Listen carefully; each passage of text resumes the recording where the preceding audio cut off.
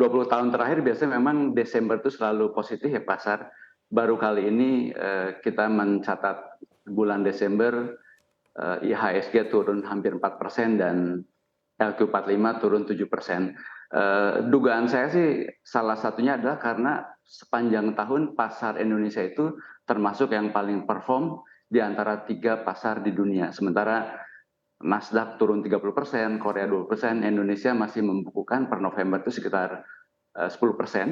Jadi sebetulnya meskipun ada arus dana asing yang keluar dari equity di sepanjang bulan terakhir sebesar 15 triliun, tapi kalau dari awal tahun masih membukukan net fund flow asing 124 triliun.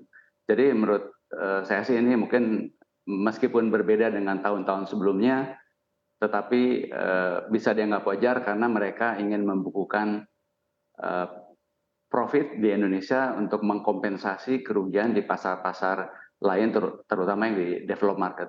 Sampai dengan hari ini memang 3 pasar utama yang naik itu adalah India, kemudian Indonesia, dan sempat Brasil, tapi kemudian terkoreksi, jadi tinggal India, Indonesia, dan FTSE.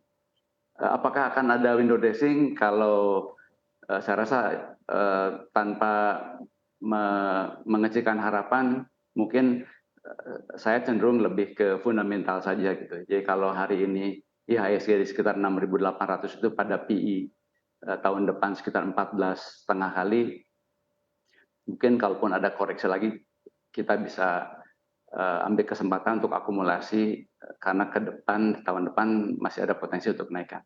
Demikian Mbak Anike. Baik, artinya sudah pupus harapan kita bersama untuk menyaksikan IHSG kembali ke level 7 ribuan di akhir tahun ini? Saya rasa dalam kondisi demikian wishful thinking itu bukan strategi yang paling baik, jadi lebih ke fundamental menurut saya. Baik, kita akan beralih ke Pak Herman Cahyadi. Pak Herman, kalau menurut Anda seperti apa ini kalau tadi menurut Pak Agus Basuki lebih baik berpikir ke arah fundamental saja, apakah Anda juga setuju? Iya, jadi terima kasih Aneka atas waktunya. Jadi memang kalau dalam 20 tahun terakhir itu Desember itu merupakan bulan-bulan yang bagus untuk return di IHSG. Memang pada dasarnya di bulan ini itu kita mendapat beberapa disturbance ya untuk IHSG. Jadi yang pertama kita tahu pada saat lockup period Gotoh dibuka itu mendrag juga saham-saham blue chip lainnya seperti Telkom dan Astra. Kemudian kedua yang juga menjadi faktor turunnya IHSG adalah negara Tiongkok, China itu sedang pivot dari zero COVID strategi ke reopening ekonomi. Jadi mungkin ada sebagian dari investor asing yang sudah untung di Indonesia, mereka membuka keuntungannya dan sebagian dilarikan ke Tiongkok. Ya. Dan itu yang menyebabkan koreksi di IHSG selama bulan Desember selama 3 minggu terakhir. Nah, jadi kalau ditanya apakah masih ada kemungkinan untuk IHSG mengalami center close rally atau window dressing, ya kita masih ada punya 1 minggu lagi. Tapi apakah bisa balik ke 7.000? Kita tidak tahu itu. Cuma kalau kita kan masih ada 1 minggu lagi ya. Jadi kalau kita cuma analogi sederhana aja, kan 1 minggu ada 4 bulan. Nah, jadi kalau tinggal cuma 1 minggu, kemungkinan window dressing-nya kita sewajarnya aja mungkin tinggal 25%. Tapi yang harus kita ketahui adalah pada saat di harga level sekitar 6.800 ini, sebenarnya IHSG itu sudah pada saat pada level yang bisa dibilang cukup depress ya valuasinya, artinya murah. Karena pada level 6.800 ini IHSG itu berada di sekitar kalau PE band ratio dalam menggunakan PE band ratio selama 7 tahun itu kita berada di -1 standar deviasi. Dan kalau kita melihat sejarah ke belakang, setiap kali di -1 standar deviasi, kedepannya itu biasanya ada chance untuk rebound. Tapi kapannya, nah kita nggak tahu. Nah, apakah bisa turun lagi? Nah, itu hanya terjadi pada waktu COVID di 2020, di mana IHSG sempat menyentuh -2 standar deviasi. Cuma kan Indonesia kan sekarang dalam masih mid business cycle, di mana Indonesia masih bertumbuh, valuasi sudah menarik di kira-kira -1 standar deviasi, GDP growth tahun depan juga masih ada pertumbuhan dan masih lebih baik dibandingkan negara-negara berkembang lainnya.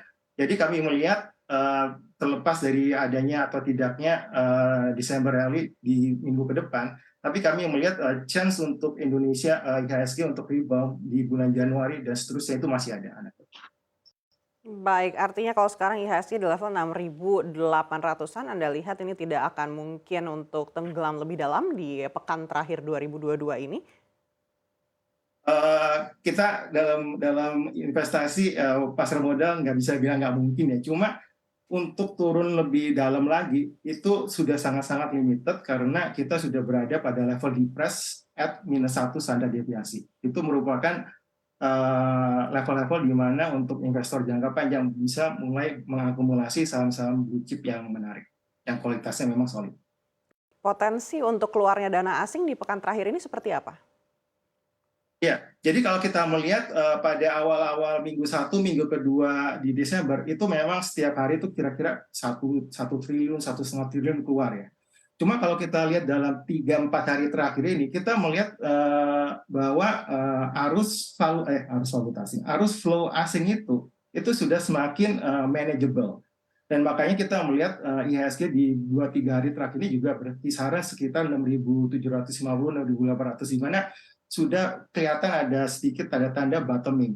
Nah, itu makanya ada beberapa investor lokal yang menggunakan kesempatan itu untuk mencicil saham-saham blue chip yang memang mempunyai fundamental yang menarik.